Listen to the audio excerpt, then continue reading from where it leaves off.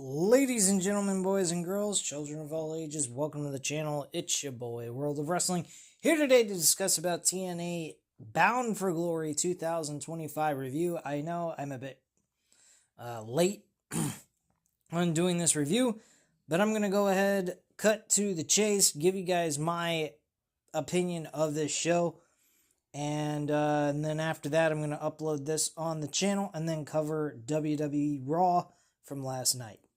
So, Bound for Glory, my thoughts on it. What did I think of the show? I think the show is okay. There were some things on the show were questionable that I didn't like. And there were some things that were really entertaining. But let's get into it. Steve Maclin went up against Frankie Kazarian for his TNA International Championship. Frankie Kazarian won the International Championship about 2 weeks ago on Victory Road in September. I think it was September 26th, and then lost it in less than a month to Steve Maclin for Steve Maclin to gain the championship back. I don't understand why Frankie Kazarian lost the title to begin with. And why he won the title in the first place if he was going to just surrender it back to Steve Maclin with less than a few weeks after winning it. So, to me, it was pretty weird. Average match, 3 out of 5 stars. Steve Maclin wins the TNA International Championship to win the title back for the second time in his career. Next, we had Tessa Blanchard going up against Jaya Miller. I didn't think much of this match, didn't really pay much attention to it. It was only 6 minutes long anyway. Very short match, to the point. Didn't care for it. 2.5 out of 5 stars. Next, we had the intergender Call Your Shot Gauntlet match. Basically, you have 22 people show up. You throw 20 of them over the top rope. Final 2 get to go one-on-one to crown the winner of this Call Your Shot Gauntlet match. And unfortunately, Frankie Kazarian and Nick Nemeth ended up being co-winners for this match, and they pinned each other. The other part of this that really was weird is the fact that they went ahead and had the women competing against the men. And I don't quite understand it. I think it was kind of a shitty move to do that. I don't know why they would even give this to men and women to compete against each other. The women don't even have a fair advantage, and clearly that's the case because they pretty much got eliminated by the men overall, in my opinion. But anyway, match was whatever. 3 out of 5 stars, I'll give it, just to be generous.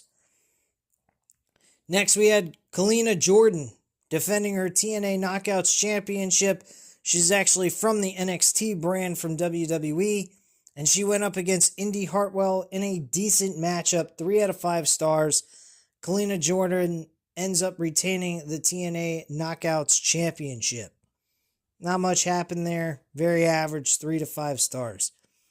Next, we had the System consisting of Moose, Alicia Edwards, Brian Myers, Eddie Edwards, and JDC, formerly known as Fandango, going up against Order 4, Mustafa Ali, Tasha Steelz, Special Agent Zero, Jason Hotch, and John Schuyler in a intergender hardcore war. Basically, your version of War Games without a cell. And he had to have all the members in the ring at once before there could be a pinfall or submission. This match was a fun matchup. I'm going to give it a 3.5 out of 5 stars. This was very entertaining. Well worth the time of sitting there and watching this stuff unfold in front of us. And it went 20 minutes. I thought it was fairly decent and very fun and enjoyable to watch. The System end up winning this matchup. Surprisingly, I thought maybe Mustafa Ali would actually win this match with his team, but that was not to be.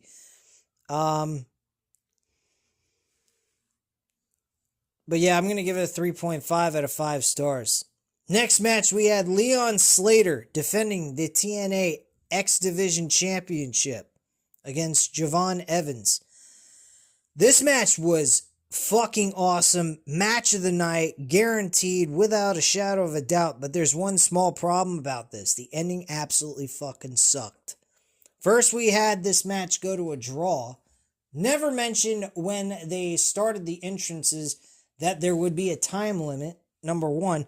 Number two, this seems like something they've done in AEW before, where they had a time limit, restarted the match anyway, and then went to a disqualification anyhow to begin with. I think this was on a Dynamite or something like that, and they went to a draw, and then they decided to add 5 more minutes, and then it just ended up being a disqualification anyway, when they could have just done the disqualification right in the middle of the match before the draw occurred.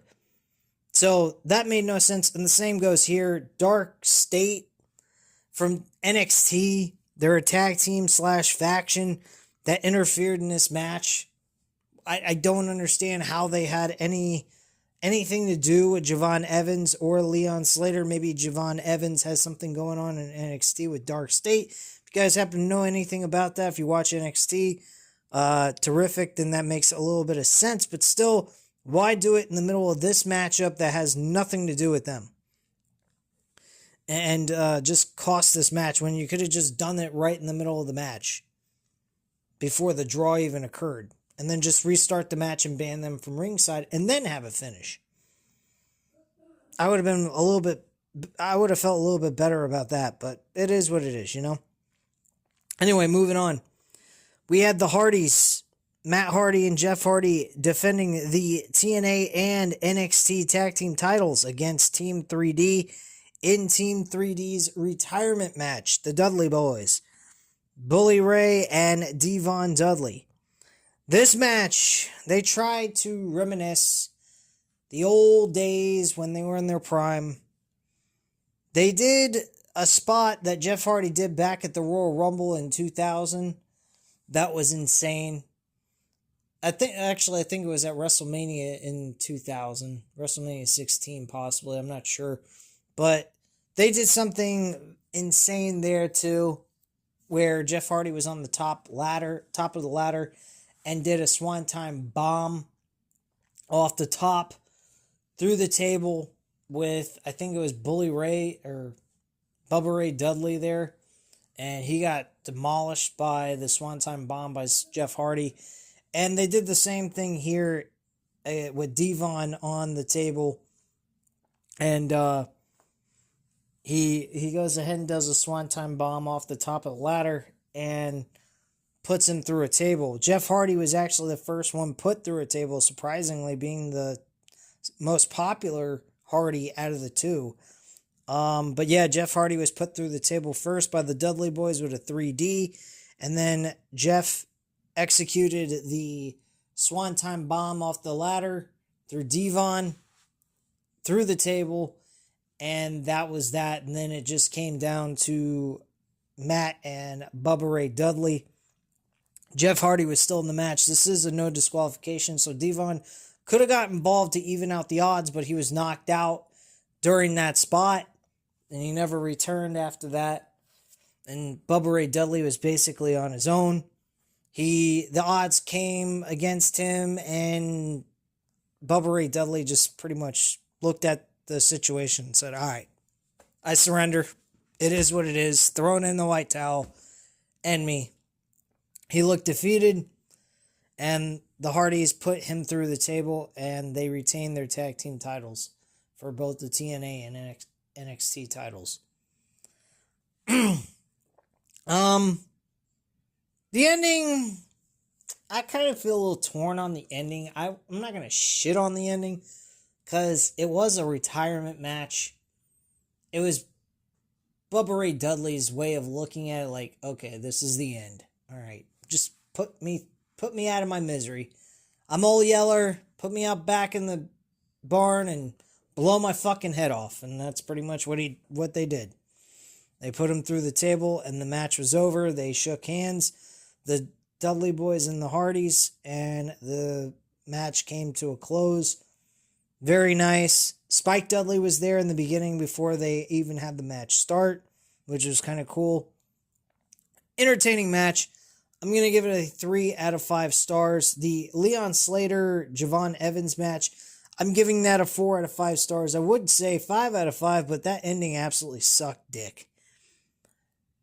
Last thing is the main event with the TNA World Championship title on the line, with Mike Santana going up against Tricky Williams. Trick Williams, I like him. I really do. I've been watching him on TNA. I don't cover TNA on this channel, but I do watch TNA in my free time to catch up on episodes I might have missed on a Thursday night, because I generally don't watch TNA live. I watch them whenever I feel like it and just catch up with the episodes. And I will say this, Trick Williams is really good. I like him. I think he's got personality. I think he's got pizzazz, charisma, and in-ring works, I would say average. I think it's fair.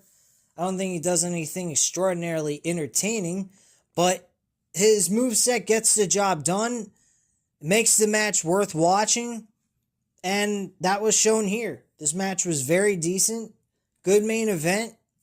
I give it probably a 3.5 out of 5 stars for this main event, and the ending was right on, just the way it should have been, and Mike Santana became the new World Heavyweight Champion. But they couldn't let things just marinate. Let him have his moment. They had to move right to the next spot of the storyline surrounding the gauntlet match that occurred earlier in the night. And Nick Nemeth and Frankie Kazarian both trying to cash in. Frankie tried to cash in, but he didn't have the trophy with him. Nick Nemeth had it, and they were fighting over whoever could get the opportunity to cash in, and it really kind of spoiled the moment a little bit. This eventually ended. Nobody cashed in. It was just teased, and then Mike Santana had his moment. I felt like that diminished the moment, in my opinion. They already messed up in New York at Slammiversary, and then they messed up here. I just think that was a failed, missed opportunity to just taking a moment of somebody who has never won a world championship, number one, at least on a major promotional platform like TNA or AEW or WWE. So you're taking away his moment, devaluing it, because you want to push a narrative and tease a narrative of a cash-in that never even took place. I think that absolutely sucks. And I think that they really fucked up there. I didn't like that situation at all. And that was the other major thing they did here that absolutely made the pay-per-view kind of feel a little devalued, in my opinion. But in-ring work, this show was fun. Very enjoyable.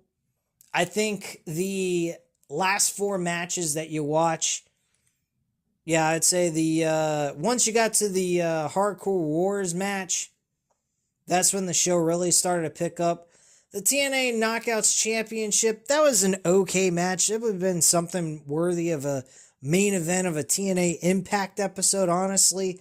This really did not belong on the Bound for Glory card, but because there was no, this is for the TNA Knockouts Championship, I mean, I don't see anything wrong with that, but still, this match was not pay-per-view quality, in my opinion. It was more television main event quality, but it was on the card. It was okay, but it really started to pick up at Hardcore War, and then after that, all the matches following that were just banger after banger matches. That were worth to say that should have been on the pay-per-view card overall. The Gauntlet match, I mean, it belonged there. It was fun. a little, enjoyable for what it was, but it was nothing special. I didn't really pay much attention to that. Um, but yeah, this show is a solid. I'd say a B minus. I say it was a B minus. It can't even come close to Crown Jewel. Crown Jewel is way better. I mean, way better. Now, this show is a B minus. The Crown Jewel, I gave it a B, and it deservingly so. It deserved a B because it didn't have enough matches on there. Had they put like Dominic Mysterio versus Pentagon Jr. or Penta, as they call him now in WWE, for the IC title, what they did on Raw last night, which I'll cover next for the Raw review, that was a pay-per-view worthy type match. What they did there was so fucking creative what Dominic Mysterio did. And how he won that match was, Eddie Guerrero would have been very proud. I think he is proud anyway. But anyway, guys, that is pretty much the overall review on TNA Bound for Glory 2025. I appreciate you guys. I hope you enjoyed the video. If you did, hit the like button if you enjoyed the video. Hit the subscribe button if you're not already subscribed to the channel. And leave a comment down below. I'll definitely get back to you on that. Thank you guys very much for watching, and have a great night, guys.